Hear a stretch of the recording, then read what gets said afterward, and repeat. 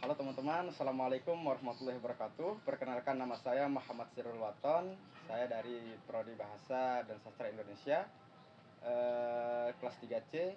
Kali ini saya akan menyampaikan sebuah pemahaman saya dari hasil belajar teori bahasa. Dan saya mendapatkan judul materi, yakni implementasi pendekatan psikologi dalam pembelajaran bahasa.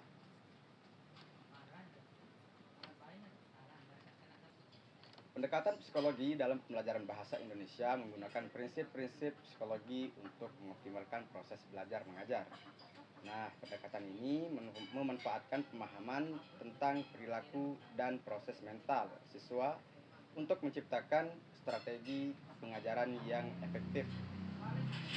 Ada dua teori utama yang sering diterapkan dalam pendekatan ini, yaitu teori behaviorisme dan kognitivisme, yang masing-masing memberikan kontribusi unik terhadap proses belajar bahasa. Teori behaviorisme. Teori ini didasarkan pada gagasan belajar bahwa belajar adalah hasil dari hubungan antara stimulus atau rangsangan dan respon. Fokus utamanya adalah pada perilaku yang dapat diamati, bukan pada proses mental yang terjadi dalam pikiran. Dengan demikian, pembelajaran dianggap sebagai proses pembentukan kebiasaan melalui latihan berulang dan umpan balik. B.F. Skinner mengembangkan konsep operant conditioning, yaitu belajar terjadi ketika respon diikuti oleh konsekuensi yang mempengaruhi kemungkinan respon tersebut terjadi kembali di masa depan.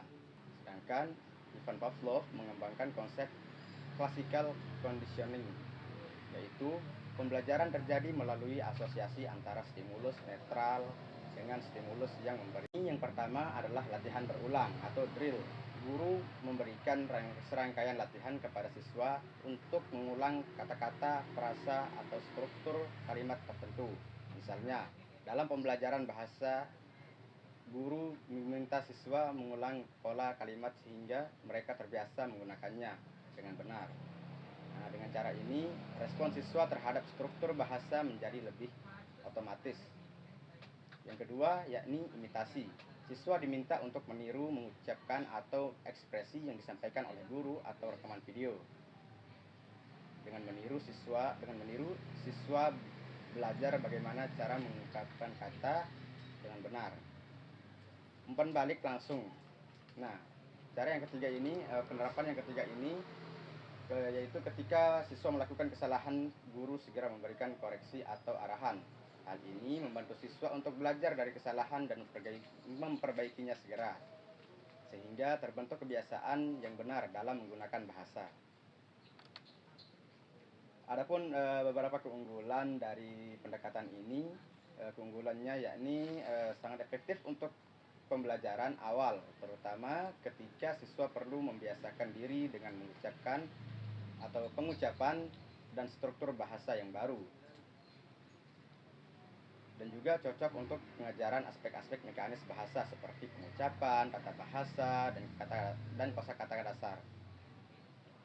Selain kelebihan, ada juga kekurangan dari teori ini, yakni teori ini kurang menekankan pemahaman mendalam tentang teori belajar bahasa dan lebih fokus pada pengulangan. Hal ini bisa membuat siswa kurang memahami makna atau konteks bahasa jika hanya bergantung pada pengulangan. Teori yang kedua, yakni teori kognitivisme.